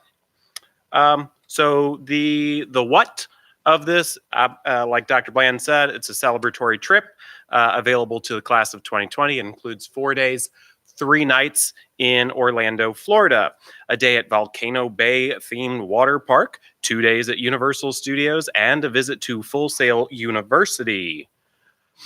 So the why of this, seniors have worked hard to achieve success in their high school career. They will have access to an opportunity to travel and hopefully develop a desire to see the rest of the world. Students will experience the results of their hard work in school. Again, when this is during the Ferguson-Florissant spring break week. So we'd leave that late night Sunday and take that motor coach down and arrive Monday morning. And then we would arrive back at McClure Thursday evening, March 26th. So again, Dr. Bland touched on this, the who this would be available to, that is AAA seniors, those who have maintained 90% attendance, are on track to graduate, and have had no suspensions. Chaperones also are included in this. There's a 1 to 10, 1 chaperone for every 10 student ratio. Those chaperones are FFSD staff. If we require more chaperones than that, if we don't have staff volunteers for that, we can have vetted parents if necessary. Currently, we're estimating 100 seniors to attend. I've looked at the numbers. I just recently looked at the numbers, and we have plenty of students who will qualify through this AAA through the AAA pledge. So getting 100 seniors interested in wanting to go is not a problem. They're the ones who want it to go in the first place. So again, the how, the travel arrangements, including the bus, that's made through a company, an A+ rated company, Memorable Tours, LLC. They're also fully bonded. Okay. Dr. Bland talked about the cost of the trip. It is $575. That includes transportation and breakfast each day in Florida, as well as the points listed there. The deluxe hotel accommodations, I received word that the hotel resort that Memorable Tours uses is one called Rosen Inn, a very nice hotel there in Orlando. It's got the breakfast buffet there. Again, the access to the parks, an evening at Universal City Walk, Disney Springs. Also, we're going to have the trip to Full Sail University there. Full Sail University specializes in performing arts, music production, and areas that our students have expressed a lot of interest in as well. The lunch and dinner are on your own. Food budget of about $40 a day would be advisable for each student. Obviously, some students would eat cheaper than that. Some would maybe they want a filet mignon or something, and they'd be a little more on the expensive side. So we'd be looking at a total of approximately $775.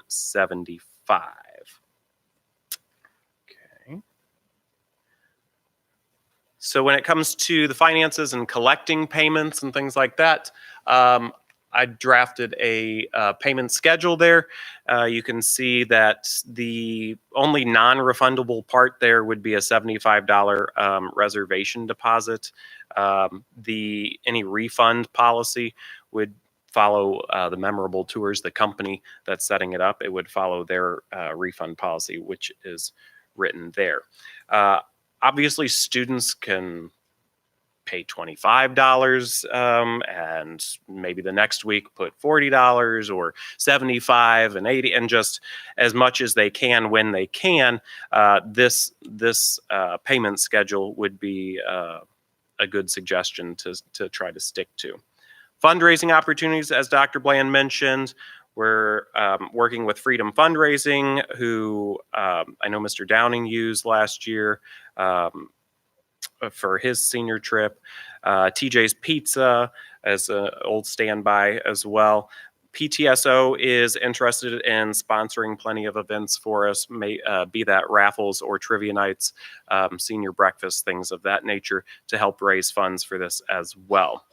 Any funds or payments collected, they're collected according to our policy and guidelines by our building bookkeeper, respected building bookkeepers. Is that it? Is that the last one? Okay. All right. Any questions? Questions? Yes. Yes.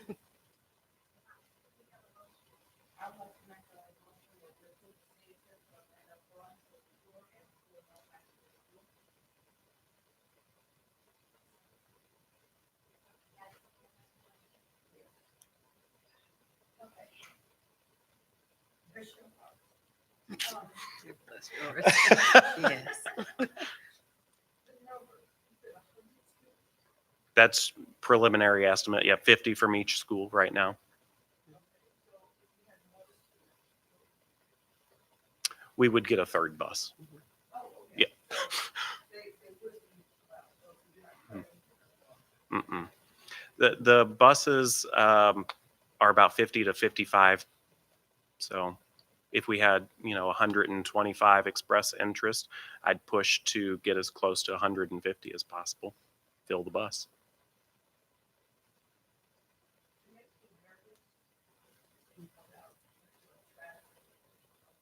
Let me turn my mic on. Makes me a little nervous because of the liability with taking students away from home. However, it makes me happy to think that you all would want to do something like that for our students.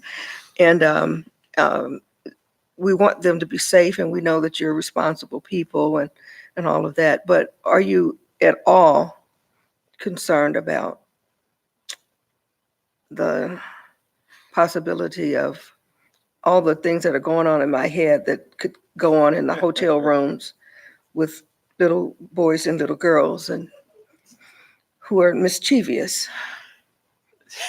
With 1 in 10, how do you plan to monitor our students once they're supposed to be in bed alone? So this is the same board that approved. This This is the same board that approved for us to take students to Hawaii How did that go? last year. And we were able to put students on an airplane and fly them to Hawaii last year without incident. This is the same board that approved for us to take students to Branson last year and to Wisconsin Dells the year before. The decorum chairperson, this is one of those ways that we are rewarding the 800 plus students at McClure and McClure North who are living up to those expectations. That translates into that 100 fewer discipline incidents you have. And we have our own personal success story. We have a student, Micah Talley, who graduated from McClure High School last year, who received a $5,000 scholarship from a philanthropic organization, Mentors in Motion. And we are still partnering with Mentors in Motion. They delivered to my office this past week 2 boxes full of sweatshirts with their logo and our school's name on it in honor of Micah Talley, to be able to give out to students in our building as it is getting cooler. Micah is enrolled at Full Sail University as a student. And so Full Sail University was not a random choice.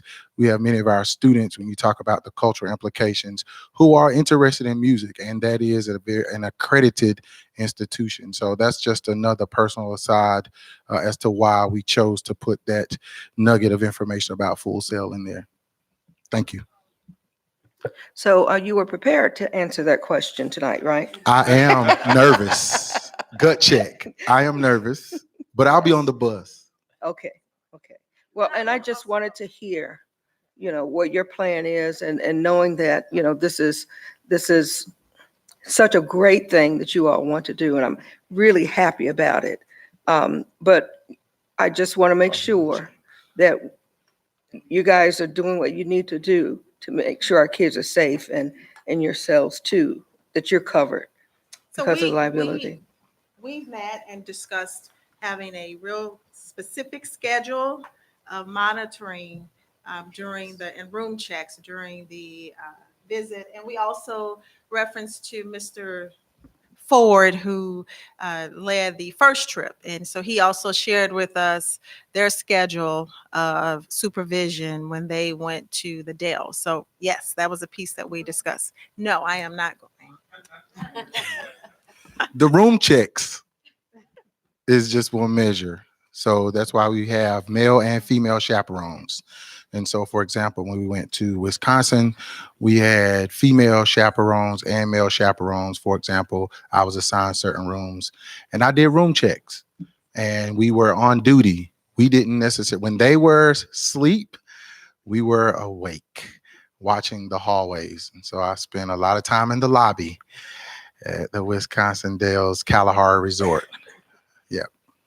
This may be the same board that approved it last year and the year before, but it is also the same board that is responsible for all of our students. And we take it very seriously. I take it very seriously, and I hear Donna also. And it's nothing light. We have had senior trips go where when the students came back, they had to go into alcohol rehab because there was so much drinking on the activity. I also had a student come back and he had shot somebody because of all the alcohol and all the problem they had on the senior trip. So I take this very seriously. It's not a joke. And are you doing a code of conduct and having them sign it if there is underage drinking? Are you sending them back? What are we doing with that? So thank you. So we have a mandatory meeting. And again, we're nervous. We've been nervous we were nervous 3 years ago. And I say that this is the same board because we appreciate you trusting us. That's why I said that. Like, your confidence in us has been amazing. That's why I said that. So I take it very seriously as well. And that's why I have chosen to travel with them. But it's the opportunities. It is frightening. The other piece to that is when those students, there was, for example, a student with autism who went with us to Branson. And that student, just one of the additional measures we put in place, that student had a buddy that was assigned to him the entire time. So it was the equity piece that we had addressed as well. And then finally, the administrators on the trip was, not only did we have the grade level administrator, but the building principal. In terms of the students, if they do, we went over the law piece of it and informed the students that, they were still subject to the student expectation code, but I was fully prepared and working with our finance office. And we even had our CFO and our Mr. Brooks and Ms. Madruzik were on call for us while we were away. We were allowed to travel with additional financial resources. So if anything like that came up, the district again stepped up and made sure we had the provisions if we in fact had to transport a student to a medical facility, or if I would have had to fly back to Missouri, for example, or drive back. We also had a staff member who drove. We had access to a vehicle while we were there. And those are just additional measures that we put in place so that if it came up, we could take care of those students. One of the questions that I have has to just do with the affordability of the trip itself. We know there's probably no scenario where we can make sure every single student who deserves to go can go if they don't have the money. But I did wonder about that. And if there has been any thought given to how do we support those students who are genuinely deserving, but their families just don't have the money. And if they cannot do this trip, is there an alternative thing that is less expensive? So that our only option isn't something that is too expensive. You know, like we may have something that might be more local or something that students may not even have to pay for to celebrate them. That's a great second question. So the answer is yes. What we've done, and we are prepared to do that again. With regard to the money, the students are not the only ones who are saddled with the responsibility of raising the money. So for example, when we went to Branson, and we did the exact same thing when we went to Wisconsin, I worked at the White Castle. I went in and worked at White Castle, myself and Dr. Ford, in their kitchen, serving hamburgers. I worked the grill, Dr. Ford worked the cash register, and we participated in fundraisers to raise money that went into an account for those students to help defray the cost. We also did the same thing at McAllister's. They partnered with us as well, and we got the proceeds because it was a McClure Day at McAllister's. And so we actually worked to defray the cost and drive it down for students who could not afford. So there was, I guess, for lack of a better word, like scholarship opportunities available for students. And, you know, we told them, you know, hey, you want to go, let us know so that we can be working. And so we worked to, I mean, and just to be totally transparent, not to mention the money that came out of our own pockets to support students who came to us with, you know, concerns or needs. Did I answer all of your questions, Dr. Powell Walker? Well, you answered the part about how to make this trip as affordable as possible. Right. But I do wonder about the kids who can't even do that. So we talked about as a very viable option going back to the Kalahari Resort at the Wisconsin Dells as our very, we think is a viable second option we talked about when we met. So an entire, another trip. Yeah, so it may not. Oh, yeah. Yeah, so it may not be something that you know, would have to come up with tonight, but I Right. just would ask that you all do some thinking. I love the idea of taking kids somewhere that maybe they've never been before Right. and having them to be exposed and become inspired to travel the world. But I also think about those kids who come out of homes where there's good, hardworking folks in those homes, but they Yeah. just make enough money to keep the lights on and to make sure everybody's clean and has food. And then they don't get the opportunity to do something like this because we have not intentionally, but we've kind of put it out of their reach. So I just wonder, it's not a fixable thing tonight, but it's just something I would ask that you do some thinking about. My second question has to do with the $75 deposit that is not refundable. So I know you said that that is something that is a rule for, is it Memorable Tours? That's a rule for them. But is that money refundable to students and their families as long as it's in our hands? In other words, once we collect it, we hold it for a period of time. At some point, we hand it over to them. So I would like to think that it could be refundable to them prior to being handed over to the company. So I think it would be, if possible, to communicate that in a way so families know you have until this date, rather than just saying there's no refund, because $75 is a lot of money. So that's all I have. Thank you. I do have a, Oh, okay. So we are planning a parents meeting, and that date is November 14th, so that we can be very clear with parents about what expectations are, and so that they can also sign a code of conduct with clear expectations for the trip. So I just wanted to make sure you guys know that we are planning that session, and we will also discuss the $75 non-refundable fee, or maybe not. So I just wanted to Right. share that we will be planning that. I have another question too, and it does have to do with decorum. One of the things that you've said is that the students who are eligible to go, you talk about the attendance and you talk about on track to graduate, and you said had no long-term suspensions. What about students who have been suspended or students, are you looking at any other kind of behavior? Because that kind of concerns me that if there's a student who maybe he didn't get a long-term suspension, but he's doing things in school and getting in trouble. And I don't know about taking him on a bus. So what you Florida. have is not the final version.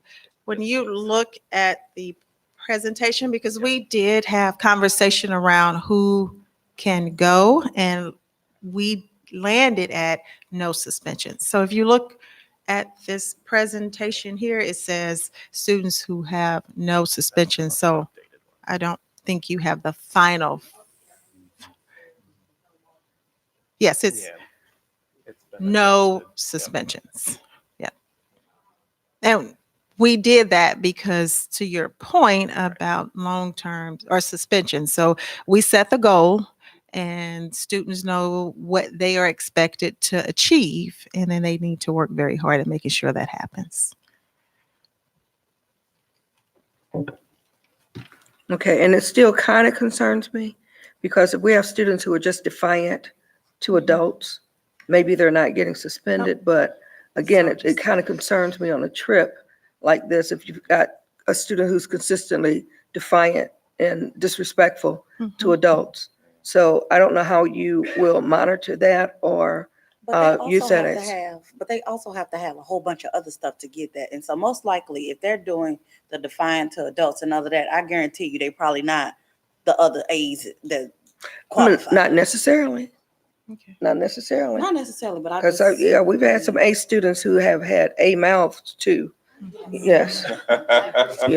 Yes, and think they're a little bit smarter than the adults. So I just want to make sure that we cover everything before we vote on allowing students to go, that you are really taking a deep dive into thinking about what other things we need to do before you go, because we want to be able to look at parents in the face and say that we feel that this is going to be a safe trip for your child. And maybe you need to have recommendations from the teachers, their teachers, that would help with the A+ mouths and defiance.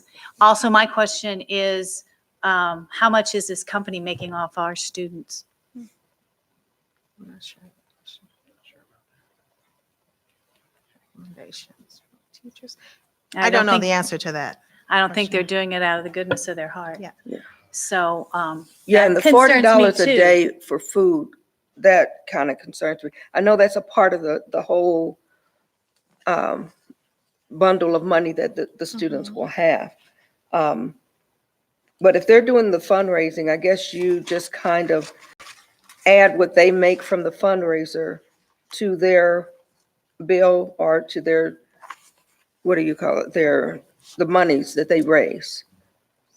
So that you are thinking that $40 a day should cover the lunch and dinner. Do they have that money, or do you all pay for it when they go and eat? How does that work? They would would have that. they would be fundraising towards the 575. I got that part, but do you all give the money to them in their pockets, or will you be giving the money out to them for the dinner and for the lunch? So they would be fundraising, and we would manage the 575 for the trip. And then we just estimated about $40 a day, but that would be their own money. So if they didn't I'm have not- the money with them, they may not eat. They would eat breakfast, but they may not eat the other meals if they can only No. earn the 575. Right. Okay. That's, Oh, I And see what you're then asking. they didn't Okay. they really wanted to go and they really didn't show you or know. that right. they How do had we the know rest they're of the going to have money, it? Then they would only have one meal a day, which was provided. I mean, this So, could happen because yeah. somebody might want to go bad enough, and I agree with Dr. Powell Walker with the fact of the students that would like to go have the good mouth and have the good attitude and grades, and then can't go because they can't raise the money. So I think Or say that they can have the money, and do you all know, do they have to prove that they have the money? Oh, before we go. Yes. That would be desire, yes, because they do need to eat before. Absolutely. So And that's what why I'm we looking at. I want to make sure that we don't have kids out there who are not eating. And I know that you guys will come out of your pockets and make sure everybody eats, because I know you all. But we just want to make sure that So they would every raise base is covered. so let me, I guess, clarify. They would raise the 575 for the trip. And then if you, the next paragraph talks about lunch and dinner, which would be additional approximate $200. And that would be for food and other expenses Right, that they which would need to adds up to the raise. 775, Yes, right? ma'am. But again, I'm not understanding who, do Oh, they how get the they money? would get the Do money. you all Yes, disseminate? I see what you're saying. So or- once that we get the 575, each student has an account and Okay. the They'll have an school account. will balance or manage that account. So if Adrian raises $700, we take the 575 and then the 125 would go towards her expenses and we'd give that to her to manage her But- spending. But that may not be enough for her to eat every day. Well, so it's 200 and we said $40 a day. So that's And that's over. That's a lot. That's a lot. So one thing I'm thinking about, I know you're gonna meet with the parents, and I just wanted to throw this out there, like when people go on trips, they bring money with them. And I think that parents just need to understand that your child's gonna need this amount of money. And I also would like to think that we have a backup plan as a district, that if something were to happen and we were there. Because I just don't think you're gonna be able to account for every scenario that could potentially come up. And these are like, by the time they graduate, these are adults for the most part.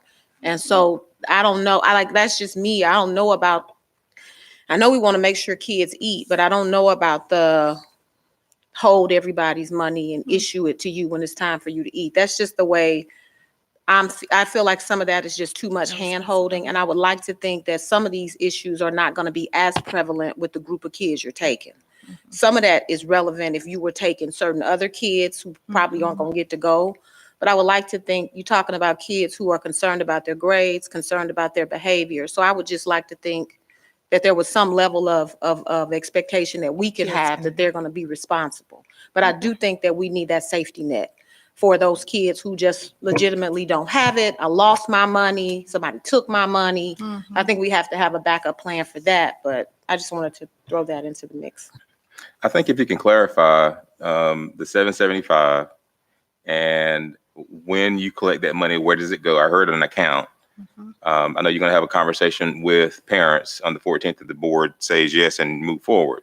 But I think it's important to clarify the 775, where that money goes and when does a student get the money in their hand before the trip so that they have spending money for food and et cetera. Some probably will still take more, but just clarity around the 775, when you get it, when it goes out, who it goes out to. What I think I heard was 575 goes to the company for the trip, and then the 200 goes to the student for their $40 a day. So just sort of clarify that part, because I think that's some of what I think I've heard in terms of confusion. Well, I'm confused still even with that when I'm reading this. Do they have to have 575 to go on the trip or do they have to have 775? What number are you telling them they have got to have to go? So they need 575 for the trip, but we know they need to eat and we know that there may be some additional expenses. So 775 would be a safe number for kids to participate in the trip and also have food. But that's not what their fundraising and everything is. Their Yes. fundraising is for 575, is that correct? No, Or is their fundraising for 775? they're fundraising for 775. That's what they have to be able to go. Yes, because they need to eat when they get there. Yes. That's what I think that we do. Any other questions? All right, all in favor? Aye. Opposed? No. Motion carries. Thank you. Stock exchange update now. Oh, these are all mine. You take.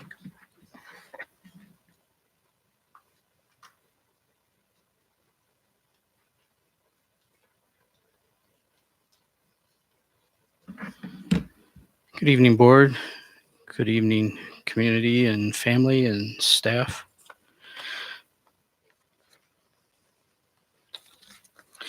At the August board meeting, representatives from Thought Exchange presented the community engagement tool to the board and offered a no-risk trial period from September 1st through November 30th, at which time the district may terminate the agreement at no cost. Thought Exchange is a cloud-based platform which is used to host equitable, inclusive conversations and helps bring people together to make meaningful decisions. District leaders have used Thought Exchange 10 times during this trial period so far, and used it for a variety of purposes with the various stakeholder groups. The largest single exchange focused on clear book bags, pouches, and purses. We have 430 participants who shared 382 thoughts, and they provided 7,967 ratings on those thoughts. Administration announced that the state of the district changes to the book bag procedures as a result of that exchange and the feedback that we received through that. Administration anticipates the usage and participation rates to increase substantially over the remainder of the year. And you can see on your screen there, I wanted to pull up, this is the dashboard that is part of the Thought Exchange website so that we can review information that comes back as part of an exchange. And you can see this is for the exchange I was just mentioning. Let me click to this other tab here and you'll see down the left-hand side there are several different options for ways to view this data, and these are the thoughts. And this starts, it's ordered right here by the highest ranked thoughts, and you can see things from families such as, we haven't even made it through first quarter, how many students, and many students need new bags, the plastic is torn, things like students saying I'd like to have normal bags, or clear backpacks do not respect the integrity of our students. So we've gone through and looked at these thoughts along with a lot of other ones and used those to make adjustments to the policy, not backing off from those clear book bags, because we know that we had 2 neighboring districts that had students who brought guns in book bags. But we're looking at ways to modify that based on that specific feedback. We've also had some conversation about reviewing our strategic plan, and we think that this will be a good solution to engage folks in that conversation in a way different but still meaningful than what we did several years ago when we did the other strategic plan work. So it seems like this is working well. We've got some good feedback from people, and we are excited about continuing to use this tool. And I just wanted to provide this update for you. You've already approved the purchase, but if you have additional questions before the trial period lapses, I'd be glad to entertain those questions at this time. Kevin, is there a way you can tell how many students actually completed this? There is. I'd have to drill down into the data, but I can do that and get that information for you. There is an opportunity, and they actually on the 31st released a new update to the program, and it has included several different additional demographic questions that we can front load onto the exchange to be able to see who's responding to various pieces. This particular exchange where we're talking about students, especially female students, having access to have some privacy regarding hygiene items and things like that, it's good to know which responses came from those female students versus someone like me who may be an empathetic dad but is still not a 16-year-old girl. Right. And what are we doing about it though, once we get the information? So what are we doing with this with the book bag piece here? And not So- just the book bags, the feminine hygiene situation, because that's. So there are a couple of pieces that we've responded to. One is that the concern that people felt like the book bags were not as good a quality as what they might have purchased themselves. And so we have, Dr. Davis mentioned at the State of the District that we will be setting some parameters in place to be able to give families the option to purchase book bags of their choosing as long as they meet the guidelines that the district sets forth.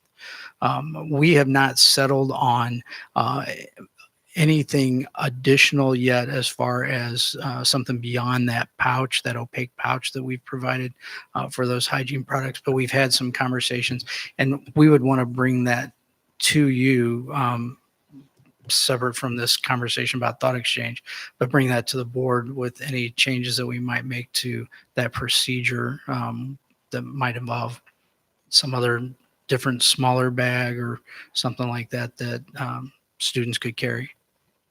I know these are separate things, but I do want to say to the board and Dr. Davis that that's high priority for me.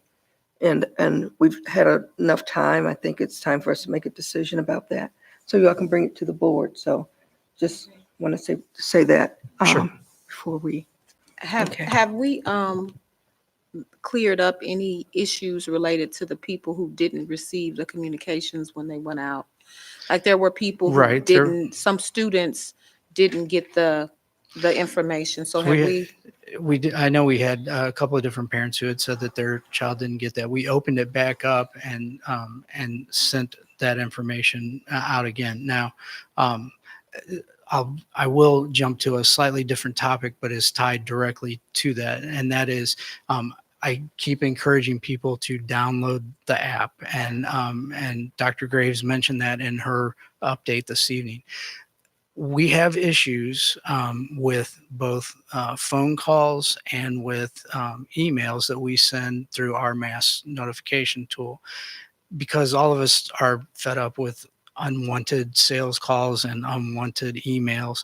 And so those providers, whether it's your phone service or your email service, are constantly tightening up those filters to filter out that mass email. The problem is it also filters out our communications. But if people will put the app on their phone, the moment that I press send on a parent link message, whether it's an announcement about a thought exchange or whether it's some kind of weather related announcement or anything like that, it instantly shows up on your phone as a notification through that app. And as we're moving into winter weather, it's really crucial. And I'm sure that at some point we've communicated to parents that they should download the app. Yep. But when we send something out specifically related to thought exchange, is there any way to just kind of put that out there to people or somehow have people be aware that it works more effectively if you download the app? Because I just don't know. The phone calls that I got from people, I don't think they knew that that was a way to maybe have access. And that's probably true, and we've shared information about the app in so many different forums, but I really think it is one of those things where each one of us having conversations with our friends or people who we see online who said, well, I never got that, and just helping direct them to it. We have a friendly URL. It's fergflor.org/mobile-app. Easy to remember. And I think that will help. That's going to help our communication so much if we can just get people to do that. And it's frustrating when we put something out and people don't get the information because we want to be transparent. We want to engage people. But we need people to help us on that part of it.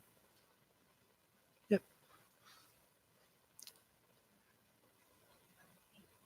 Thank you. And Kevin, how long is the contract for Thought Exchange? It's a 1-year contract. 1 year, So, okay. Yeah, and All right. we can look at it at that point and see if it's been useful. All right, thank you. Yep. Thank you.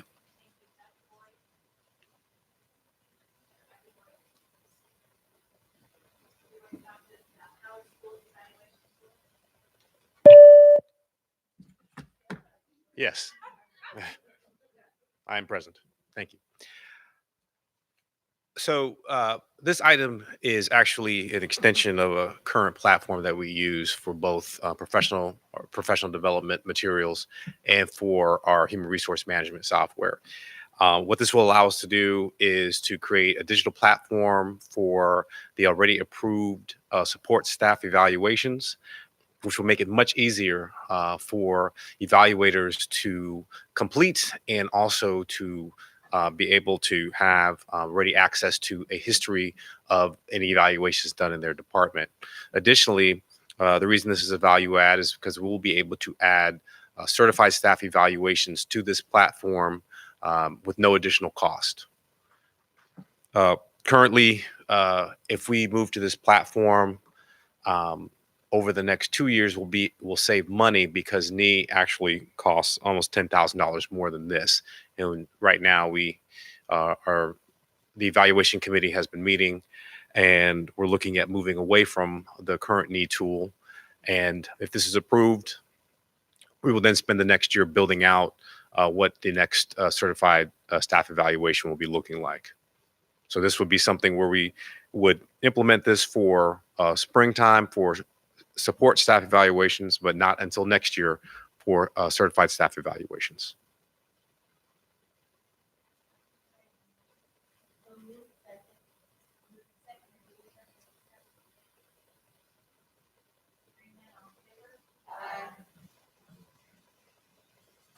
Thank you.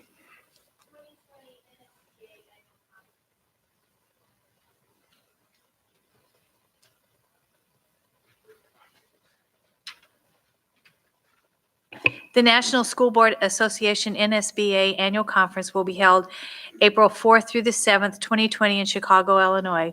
Leslie Hogshead and Dr. Joseph Davis would like to attend the conference on behalf of the district. The cost of the conference registration is $765. Housing is approximately $22 per night.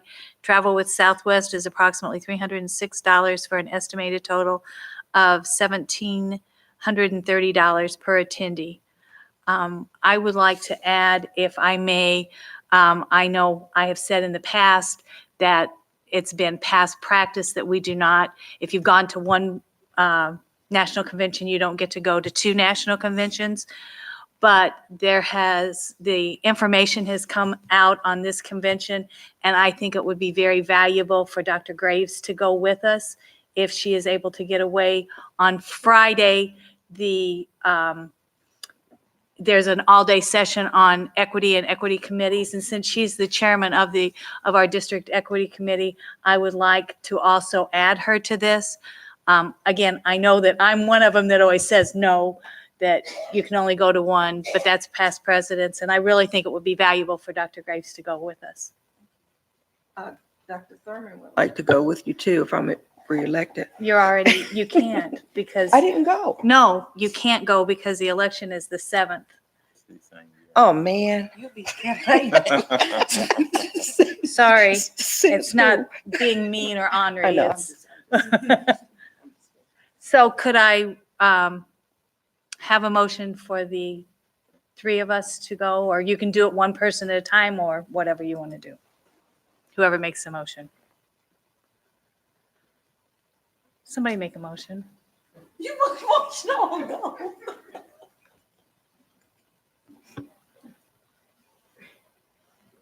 I make a motion that we go to the conference. Second. Okay. It's been moved and seconded. Any discussion? All in favor? Aye. Opposed? No, I'm okay. All right. Okay, thank you. And if we could get her reservation, all of our reservations, because we haven't done anybody. And for that class on Friday. Yep. At this time, could I have a motion for adjournment, please? So moved. Second. All right, all in favor? Aye. All right, thank you, everybody.